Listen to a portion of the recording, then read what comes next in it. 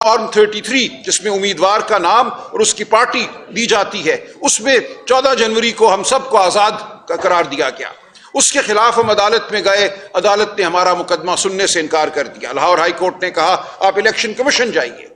ہم اس فیصلے کے خلاف سپریم کورٹ گئے، 2 دفعہ پٹیشن میں نے خود فائل کی، دونوں دفعہ واپس کر دی گئی کہ یہ ہم پٹیشن اس قابل نہیں سمجھتے کہ اس کو سنیں۔ تو ہمیں باہر رکھا گیا، ہر سطح پہ ہمیں باہر رکھا گیا۔ جب ہم نے دروازہ کھٹکھٹایا عدالت کا تو عدالت نے ہمارے منہ پہ وہ دروازہ دے مارا۔ ان تمام حالات میں 8 فروری کو تمام مشکلات کے باوجود پی ٹی آئی کے امیدوار ملک کی سب سے بڑی اکثریت لے کر پارلیمان میں نمودار ہوتے ہیں۔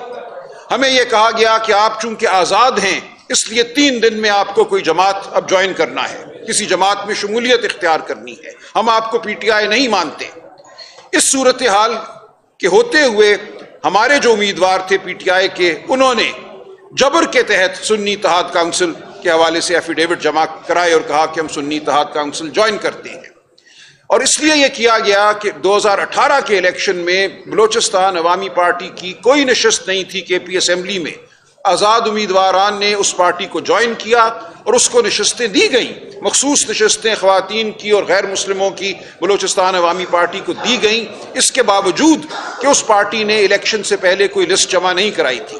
تو اس مثال کی بنیاد پر ہم نے بھی یہی کیا، سنی اتحاد کونسل جوائن کی اور ہم نے کہا کہ اب ہمیں مخصوص نشستیں دی جائیں۔ ہمیں مخصوص نشستیں نہیں دی الیکشن کمیشن نے، اس کے خلاف ہم پشاور ہائی کورٹ گئے، پشاور ہائی کورٹ نے الیکشن کمیشن کا فیصلہ بحال رکھا۔ اس کے خلاف ہم سپریم کورٹ آئے اور سپریم کورٹ نے 8 جولائی 2024 کو ایک تاریخی فیصلہ دیا جس میں 8 جج صاحبان کی اکثریت نے 13 ممبر بینچ میں یہ کہا کہ ہمیں حقیقت کا ادراک کرنا ہے۔ سن لیجئے یہ فیصلہ کیا تھا 12 جولائی 2024 کا جس کو کل رد کیا گیا ہے۔ یہ پاکستان کی تاریخ کا ایک اہم ترین فیصلہ تھا۔ میں عرض کروں پاکستان کی تاریخ میں صرف 2 فیصلے ایسے ہوئے ہیں جنہوں نے جبر کے خلاف حق کی، آئین کی حمایت کی ہے۔ باقی تمام فیصلے تب ہوتے ہیں جب جبر ختم ہو گیا ہوتا ہے، جابر چلا گیا ہوتا ہے، منظر سے ہٹ گیا ہوتا ہے، اس کے بعد ہمارا سپریم کورٹ آئین کا بہت تذکرہ کرتا ہے۔ لیکن صرف 2 فیصلے ہماری 78 سالہ تاریخ میں ایسے ہیں جہاں وہ فیصلہ دیا گیا جو جابر کے عزائم کے خلاف تھا۔ پہلا فیصلہ 1988 میں ہے، بے نظیر بھٹو ورسز دی پریزیڈنٹ۔ جولائی 1988 میں یہ فیصلہ آتا ہے۔ صدر ضیاء الحق ابھی حیات تھے، قابض تھے نظام پر۔ انہوں نے ایک حکم جاری کیا کہ تمام سیاسی جماعتوں کو اثر نو رجسٹریشن کرانا ہوگی الیکشن میں حصہ لینے کے لیے، اور مقصد یہی تھا کہ پیپلز پارٹی کو الیکشن سے باہر کیا جائے۔ اس وقت کی سپریم کورٹ نے اس فیصلے کو رد کیا ضیاء الحق کے اور کہا کہ آپ پیپلز پارٹی کو الیکشن سے باہر نہیں رکھ سکتے۔ یہ پہلا فیصلہ تھا پاکستان کی تاریخ کا جو جابر کے ہوتے ہوئے جبر کے خلاف دیا گیا۔ دوسرا فیصلہ 12 جولائی 2024 کو آیا۔ جو 8 جج صاحبان تھے انہوں نے پاکستان کی جمہوری حقیقت کا ادراک کیا۔ انہوں نے کہا کہ پی ٹی آئی کو ایک منصوبے کے تحت 8 فروری کے الیکشن سے باہر رکھنے کی کوشش کی گئی۔ پی ٹی آئی کے امیدواروں کو ایک منصوبے کے تحت جس کا حصہ الیکشن کمیشن تھا، پی ٹی آئی کا امیدوار نہیں مانا گیا، ان کو آزاد قرار دیا گیا۔ ہم حقیقت کو دیکھیں گے۔ یہ حقیقت ظاہر ہے، افشاں ہے کہ لوگوں نے 80 کی تعداد میں آزاد امیدواروں کو ووٹ نہیں دیے۔ یہ سب لوگ پی ٹی آئی کے امیدوار تھے۔ ان سب لوگوں کے نام پی ٹی آئی کی شائع شدہ لسٹوں میں موجود تھے۔ لہٰذا 8 جج صاحبان نے یہ کہا کہ اب ہم موقع دیتے ہیں ان 80 لوگوں کو جنہوں نے منتخب ہونے کے بعد، آزاد امیدوار کے طور پہ منتخب ہونے کے بعد ایک دن سنی اتحاد کونسل کو جوائن کیا پی ٹی آئی کے حکم پر، کہ یہ اپنے اپنے ایفیڈیوٹ جمع کرائیں الیکشن کمیشن میں، اور پی ٹی آئی بھی اپنا ایفیڈیوٹ جمع کرائے کہ یہ پی ٹی آئی کے اراکین ہیں۔ تو ان کو پی ٹی آئی کا ایم این اے تصور کیا جائے گا، اور ان کی جو اسٹرینتھ ہے، ان کی جو نیشنل اسمبلی میں یا صوبائی اسمبلیوں میں جو ان کی تعداد ہے، اس کے تناسب سے ان کو مخصوص نشستیں خواتین کی اور غیر مسلموں کی دی جائیں گی۔ یہ ایک حقیقت کا ادراک تھا، ایک جمہوری حقیقت کا ادراک تھا۔ ان 8 جج صاحبان نے اپنے فیصلے میں لکھا کہ ہم اندھے نہیں ہیں، ہم بہرے نہیں ہیں، ہمیں پتہ ہے اس ملک میں کیا ہوا، ہمارے سامنے شواہد موجود ہیں، ہمارے سامنے الیکشن کمیشن کے غیر قانونی، غیر آئینی فیصلے موجود ہیں، ہم ان سب کو رد کرتے ہیں اور پاکستان کی جمہوری حقیقت کو بحال کرتے ہیں۔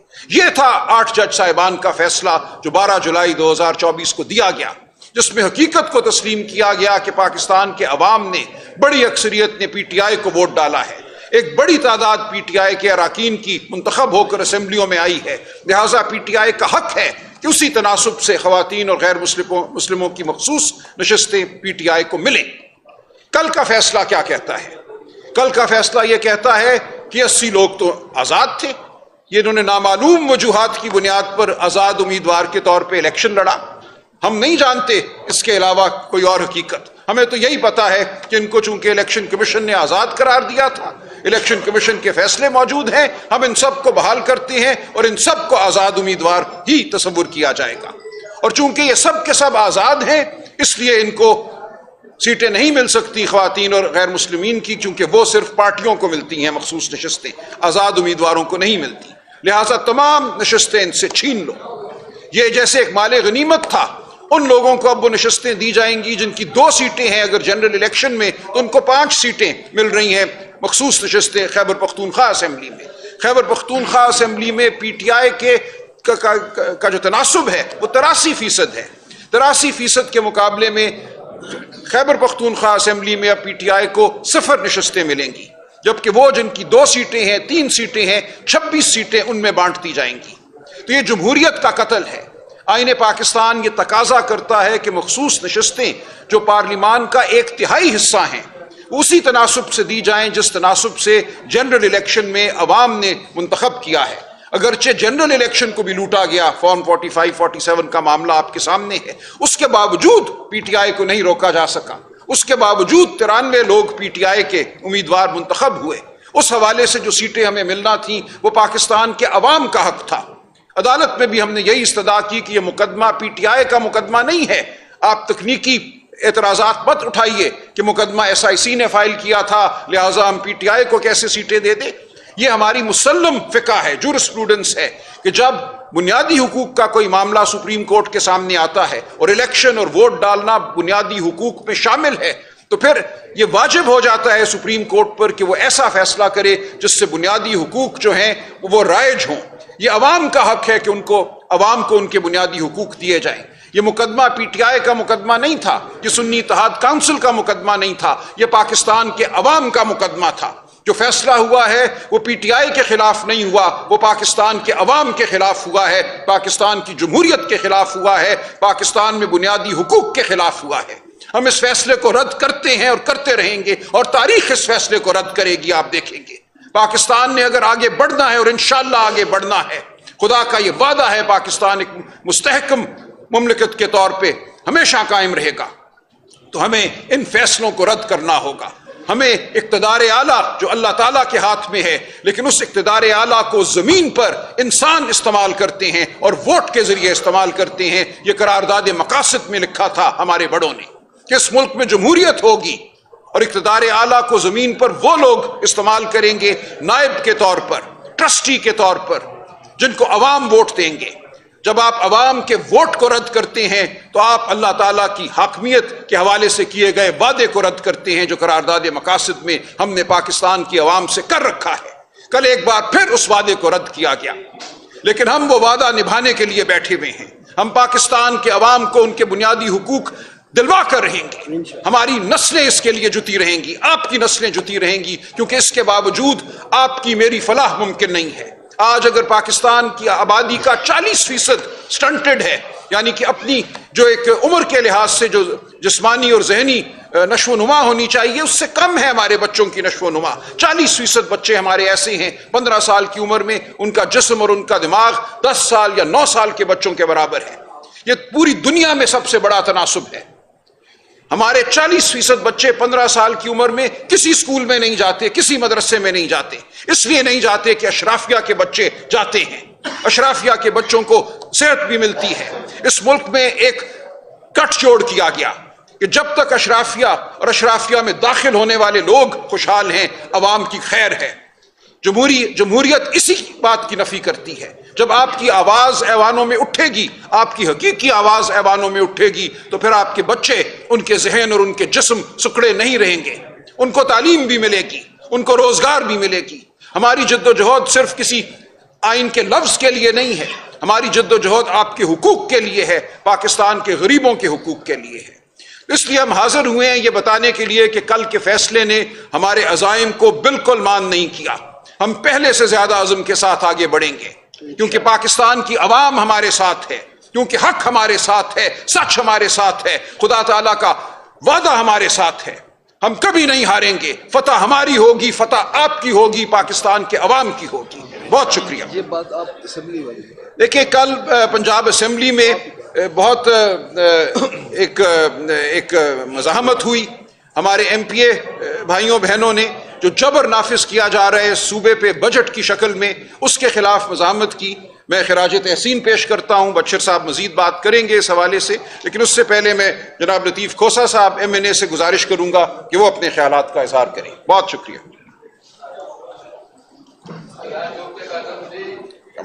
بسم اللہ الرحمن الرحیم۔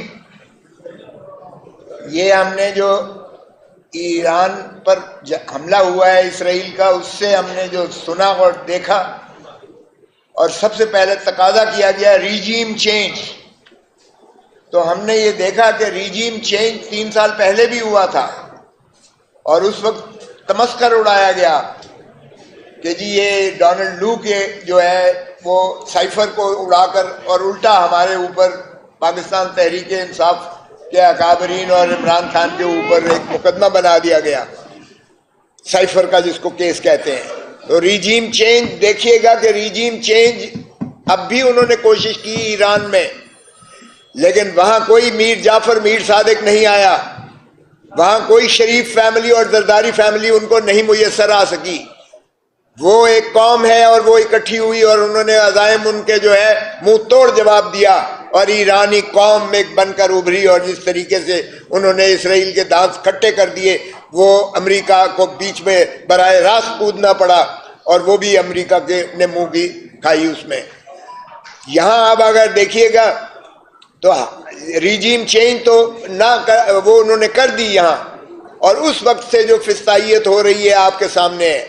قاضی فائز عیسیٰ چیف جسٹس نے جو فیصلہ پہلا کیا تھا، جس میں بنیاد رکھی تھی اس نے پاکستان تحریک انصاف کو منہدم کرنے کی، وہ اس نے کیا تھا کہ جو ڈیفیکٹ کرتا ہے، یعنی جو غداری کرتا ہے پارٹی کے ساتھ، جو اپنی الیکٹوریٹ کے ساتھ غداری کرتا ہے، جو ووٹرز کے ساتھ غداری کرتا ہے، جو پاکستان کے آئین کی نفی کرتا ہے، اس کا سپریم کورٹ نے فیصلہ دیا تھا کہ نہ اس کا ووٹ کاؤنٹ ہوگا اور نہ ہی وہ جو ہے ممبر پارلیمنٹ رہ سکے گا، اور وہ بہت ہی انصاف پر مبنی اور اس کی روح کے مطابق سپریم کورٹ کا فیصلہ تھا۔ قاضی فائز عیسیٰ صاحب نے اس کو جو ہے انڈو کیا، اور اس میں انہوں نے کہا کہ نہیں جی ان کا ووٹ کاؤنٹ ہوگا، جس میں انہوں نے ایک بنیاد بنا دی کہ آئین میں ترمیم کر کے اور ڈیفیکٹ کر کے اور لوگوں کو بھیڑ بکریوں کی طرح باندھ کر وہی چھانگا مانگا کی سیاست اور وہی جو ہے ڈیفیکشن کو دوبارہ ریسٹور کیا جائے، یعنی سانپ کو تو مار دیں اور سانپ کے جو ڈسے ہوئے جو اثرات ہیں وہ آلودہ ہیں، وہ زہر کا وہ ایوان بدستور رہ جائے۔ تو یہ پہلا فیصلہ تھا جو قاضی فائز عیسیٰ صاحب نے کیا تھا۔ اس کے بعد قاضی فائز عیسیٰ نے یہ جو سمبل کا فیصلہ ہے، یہ صرف پاکستان تحریک انصاف کا سمبل نہیں لیا، انہوں نے دراصل پاکستان کے عوام کو ڈس فرینچائز کیا، انہوں نے ووٹ کے حق کو پاکستان کی عوام سے محروم کیا، چھین لیا، اور یہ ان کا دوسرا فیصلہ تھا جو جمہوریت کے قتل کے مترادف تھا۔ اب وہ دیکھیں دنیا میں کہیں دنیا میں وہ قاضی فائز عیسیٰ منہ دکھانے لائق نہیں ہے، وہ پبلکلی کہیں پھر نہیں سکتا ہے، اس کے اوپر اتنی لعنتیں برساتی ہیں قوم کے جو ہمارا پاکستانی ہے، چاہے وہ پاکستانی پاکستان میں ہے چاہے وہ پاکستانی دنیا میں ہے، تو اس کا محاسبہ تو ابھی بھی قوم کر رہی ہے اور کرتی رہے گی بدستور۔ یہ تاریخ اس کی جو ہے خود اس کا سبق حساب لیتی ہے۔ اب آ جائیے آپ دیکھیں دو فیصلے جو کیے ہیں انہوں نے، ایک انہوں نے جو 26ویں ترمیم جس بے حیائی اور ڈٹھائی اور بے غیرتی سے کی، اس کا شاخسانہ میں نے بتا دیا کہ قاضی فائز عیسیٰ صاحب نے ان کو فیسیلیٹیٹ کیا۔ اب انہوں نے ان کے پاس 2/3 تو تھی نہیں، سب کو علم ہے کہ 2/3 نہیں تھی کسی ان کے پاس، اختر مینگل صاحب اپنے سینیٹرز کو ڈھونڈتے ہوئے سینٹ میں آئے اور ان کو لابی سے نکال دیا اور ویل چیئرز پر لے کر آئے، ویل چیئرز پر سینیٹرز کو لے کر آئے.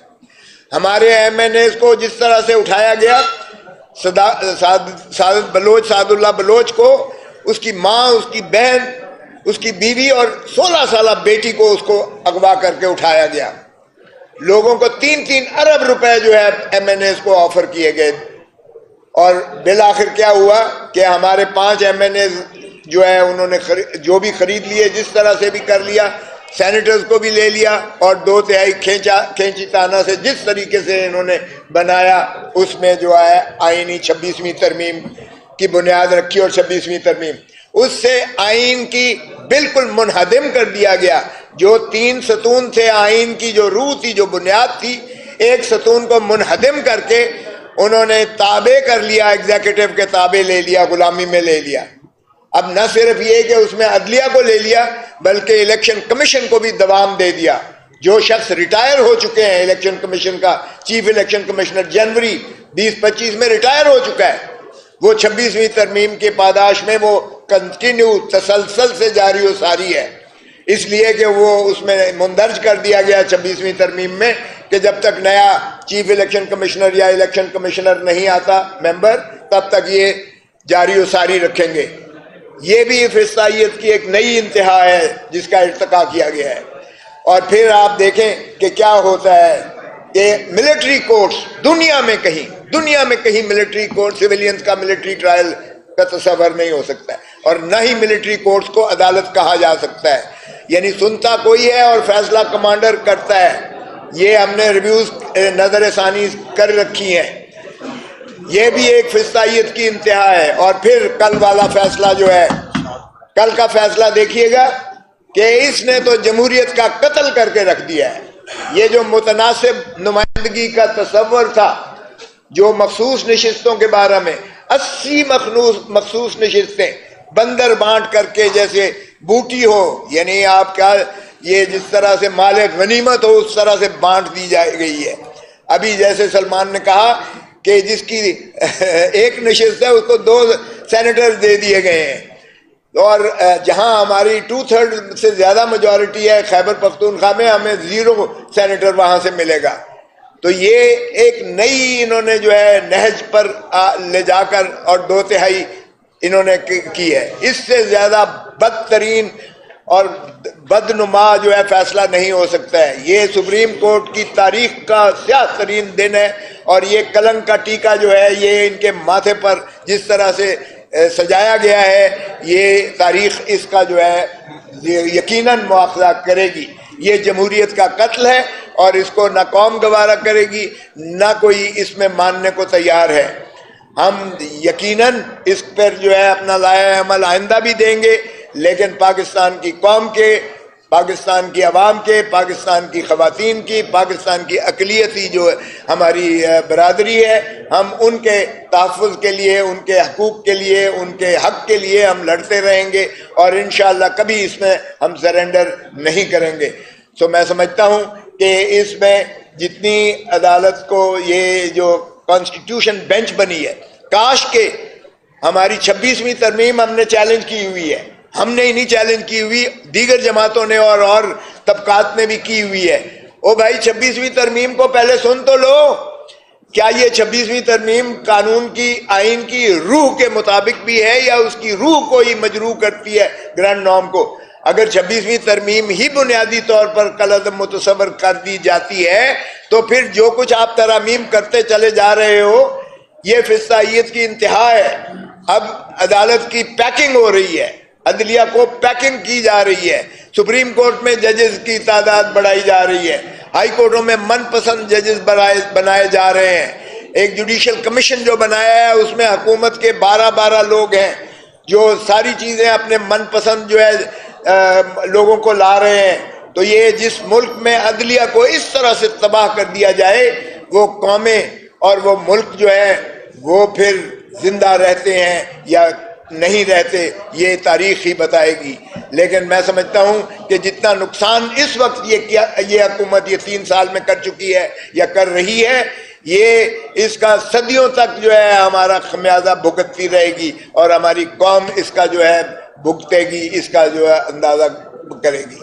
اور اب میں بچر صاحب اسمبلی ممبر وہ جی وہ کرتے ہیں بچر صاحب، leader of the opposition Punjab. بسم اللہ الرحمن الرحیم. سب سے پہلے میں سلمان اکرم راجہ صاحب ہمارے سیکرٹری جنرل صاحب ہیں، کھوسا صاحب ہمارے ایم این اے لطیف کھوسا صاحب، فارمر گورنر انتظار پنجوتا صاحب، ان کو میں خوش آمدید کہوں گا کہ انہوں نے ہمارے ساتھ یہ پریس ٹاک کی ہے. اور میں ایک چیز چونکہ کل سے آپ کو سارا پتہ ہے کہ ایک 26th امینڈمنٹ کا اثر باہر ہے اور ایک اسمبلی کے اندر بھی ہے. وہاں پہ بھی سمجھیں کہ ہم ایک ایسی فسطائیت کا مقابلہ کر رہے ہیں، اور جس طرح انہوں نے بجٹ دیا 53 ارب کا 5335 ارب روپے کا، اور اس کے بعد جس طرح مسلسل یہ جھوٹ بولتے رہے اور ہم نے احتجاج کیا، اور میں کل سے کہہ رہا ہوں کہ احتجاج ہمارا حق ہے اور آپ ہماری آواز نہیں دبا سکتے. میرے ساتھ جتنے ایم پی ایز اس وقت موجود ہیں، 26 ایم پی ایز کو رات انہوں نے سسپینڈ کیا، شب خون مارا. اور میں یہ سمجھتا ہوں کہ اسپیکر صاحب کی جو رولنگ ہے 2 دن پہلے، وہ سیٹنگ تھی ہمارے لیے کہ ہم آپ کے ساتھ یہ کریں گے، آپ اس طرح کریں گے تو ہم یہ کریں گے. تو ہم نے ان کو کہا کہ آپ کریں، کیونکہ ہم اس وسطیت کی گورنمنٹ کے سامنے نہیں جھکیں گے. اس کی وجہ یہ ہے کہ ہمارا لیڈر آئسولیٹ ہے، ہمارا لیڈر اڈیالہ میں ہے، اور اڈیالہ اس چیف منسٹر جو کہ فارم 47 کی چیف منسٹر ہے، اس کی ڈومین میں آتا ہے. تو ہم نے احتجاج کیا، انہوں نے معطل کیا، انہوں نے ہمارے اوپر جرمانے لگائے، اور انہوں نے ریفرنس بھیج رہے ہیں 26 ایم پی ایس کا الیکشن کمیشن کو. آج ہم دوبارہ گئے اسمبلی تاکہ ہم یہ بتائیں کہ ہم احتجاج اسمبلی کے اندر دوبارہ آپ کے سامنے کریں گے، اور ہم ان کو یہ بتائیں کہ ہم پارلیمانی نارمز کو زندہ رکھنا چاہتے ہیں جس کو آپ ختم کر رہے ہیں، اور آپ سول ڈکٹیٹرشپ کی طرف جا رہے ہیں اور پہنچ چکے ہیں. تو اس کے بعد آج انہوں نے، میں آپ کو اسپیکر صاحب کو میں مخاطب کر کے یہ کہتا ہوں کہ جس رولز اور پروسیجر کی آپ بات کر رہے ہیں اس میں آپ پابند ہیں لیڈر آف دا اپوزیشن کو فلور دینے پہ. آپ نے فلور 3 دفعہ کہنے کے باوجود نہیں دیا. کیا آپ کو ادھر رولز نظر نہیں آتے؟ کیا اسپیکر صاحب آپ کو وہ رول نظر نہیں آتے کہ جب آپ عظمہ بخاری صاحب اور ڈپٹی اسپیکر صاحب جو کھڑے ہو کے نعرے لگا رہے تھے حکومت کے حق میں اور ہمارے لیڈرز کو برا بھلا کہہ رہے تھے، ان پہ کیا آپ کا رولز اور پروسیجر نہیں جاتا؟ مجھے پتہ ہے کیونکہ آپ بے بس ہیں، آپ فیصلہ نہیں کر سکتے، لیکن ہم نہیں جھکیں گے. ہمارے 26 بندے آپ نے سسپینڈ کیے ہیں، 20 لاکھ روپے آپ نے فائن کیا ہے، اور اس کے بعد آپ ریفرنس بھیج رہے ہیں. آپ بھیجیں. آپ نے آج دن تک ہمارا پارلیمانی لیڈر تو نوٹیفائی نہیں کیا. آپ کس بیس پہ کہتے ہیں کہ پارلیمانی لیڈر کی بات ایم پی ایس نہیں مانتے؟ دیکھیں، آپ فسطائیت چلائیں. آپ پورے پنجاب میں فارم 47 کی گورنمنٹ ہے، ہم اس کے خلاف لڑیں گے. میں نے کل بھی آپ کو یہ بتایا کہ ہم بطور احتجاج اسمبلیز میں بیٹھے ہیں اور ہماری سیٹیں ہم سے چھین لی گئی، اور 26th امینڈمنٹ کے بعد سارے دروازے بند کر دیے گئے. اگر آج آپ ہمارے لیے اسمبلی کا فلور بھی بند کرنا چاہتے ہیں تو ہم تیار ہیں. ہمارے لیے یہ سیٹیں کوئی اہمیت نہیں رکھتی، لیکن ہم کبھی بھی کمپرومائز احتجاج نہیں کریں گے. Thank you very much.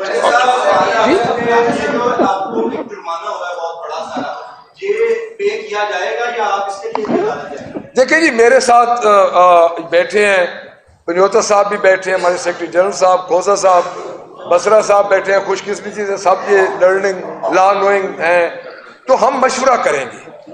ہم نے کیا کچھ نہیں، لیکن ہم یہ مشورہ کریں گے کہ کیا جو ریفرنس بھیج رہے ہیں اس پہ ہمارے جرمانے کا تو اثر نہیں پڑے گا. پھر ہم کورٹ میں جائیں گے، ہم اپنی جو لیگل ٹیم ہے اس کے ساتھ مشورہ کر کے ہم پھر آگے جائیں گے. پاکستان تحریک انصاف نے احتجاج کی بات کی تھی، کیا اسلام آباد یا اڈیالہ جیل کے باہر آپ لوگ دھرنا دینے کا پلان رکھتے ہیں؟ دیکھیں، ایسی کوئی مخصوص بات میں نہیں اس وقت آپ سے کر سکتا. ہم آپس میں مشاورت کریں گے، پارٹی کے مختلف فورم ہیں، وہاں پہ فیصلے ہوں گے ہم نے کس طرح اپنی جدوجہد کو آگے بڑھانا ہے، جو عوام کی جدوجہد ہے، پاکستان کی جدوجہد ہے. یہ کوئی ایک ایونٹ کی بات نہیں ہے کہ ایک دھرنا ہو گیا، ایک مظاہرہ ہو گیا. یہ ایک جہد مسلسل ہے. ہم سب کو اس میں شامل ہونا ہے اور ہم شامل رہیں گے.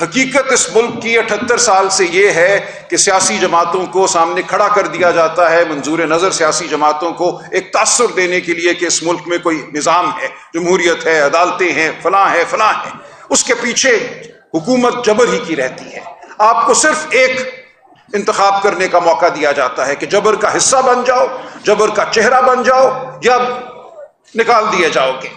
تو یہ جماعتیں جن کا آپ نے حوالہ دیا کہ وہ ٹیبل ٹاک کرتی ہیں، ٹیبل ٹاک کر کے کیا حاصل کیا انہوں نے؟ سر نگوں کر کے، سر جھکا کے، پیروں میں آ کے گر گئے.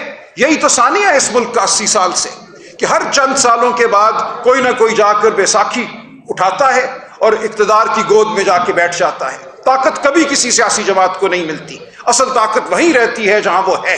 لہٰذا جب ہم یہ کہتے ہیں کہ ہم نے آئین اور جمہوریت کو اس ملک میں قائم کرنا ہے، تو ہم یہ کہتے ہیں کہ جو اصل طاقت آئین اور جمہوریت کے راستے میں کھڑی ہے وہ ہم سے بات کرے اور بتائے کہ کیوں وہ یہ روش اپنائے ہوئے ہیں، کس طرح ہم اس ملک میں جمہوریت کو بحال کر سکتے ہیں. جو لوگ ان کے خود رہین ہیں، بیساکھیوں کی مدد سے کھڑے ہیں، ان سے بھی ہم نے بات کی. جنوری میں 4 نشستیں کی ہم نے PMLN اور پیپلز پارٹی کے ساتھ. انہوں نے خود ہمیں یہ کہا کہ ہم پوچھ کر بتائیں گے. ہم نے کہا ہماری عمران خان سے صرف ایک ملاقات کرا دو اڈیالہ جیل میں. انہوں نے کہا یہ بھی ہم کرانے کے مجاز نہیں ہے، ہمیں پوچھنا پڑے گا، اگر حکم مل گیا تو پھر ہم کرائیں گے.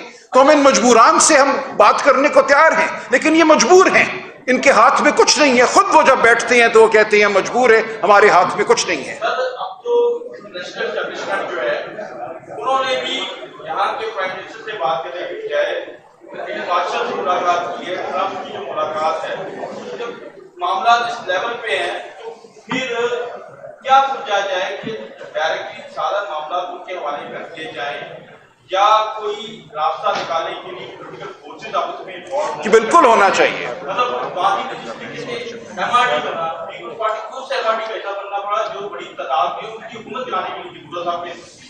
جی ہم ہر جمہوریت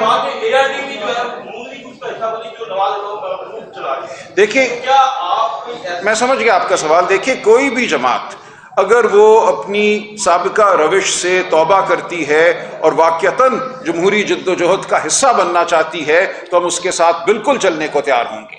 لیکن شرط یہ ہے کہ واقعتاً وہ جمہوری جد و جہد کا حصہ بنے، وہ صرف نقب لگانے ہمارے میں نہ شامل ہو. وہ واقعتاً کہے کہ ہم آئین کی سربلندی چاہتے ہیں، وہ واقعتاً کہے کہ ہم آزاد عدالتیں چاہتے ہیں، تو بالکل یہ ممکن ہے. اگر کوئی دکھاوے کے لیے ہمارے ساتھ آ کے بیٹھتا ہے تو پھر وہ دکھاوا ہی رہے گا. دیکھیے میں نے جیسا عرض کیا، یہ ہر جماعت کی روش پر منحصر ہے کہ وہ اپنے اندر کیا فیصلے کرتے ہیں. کیا وہ انگلی تھام کے آگے چلنا چاہتے ہیں یا وہ آزادانہ طور پہ آگے بڑھنا چاہتے ہیں.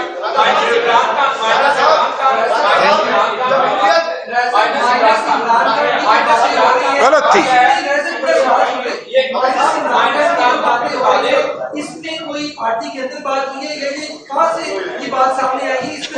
دیکھیے بالکل غلط مفروضہ ہے، ایسا کچھ بھی نہیں ہو سکتا. عمران خان کے بغیر PTI کا تصور بھی ناممکن ہے. PTI عمران خان کے ارد گرد کھڑی ایک جمہوری جماعت ہے. ہمارے نظریات جو ہیں وہ ہیں جو عمران خان صاحب کے نظریات ہیں. یہ جمہوریت، آزاد عدلیہ کے حوالے سے ہمارا جو عزم ہے اس کا اظہار ہے. اگر کوئی یہ کہتا ہے کہ مائنس عمران خان کرنے کا کوئی منصوبہ ہے تو بالکل غلط کہتا ہے. پارٹی میں ایسی کوئی بات سوچی بھی نہیں جا سکتی. بہت شکریہ.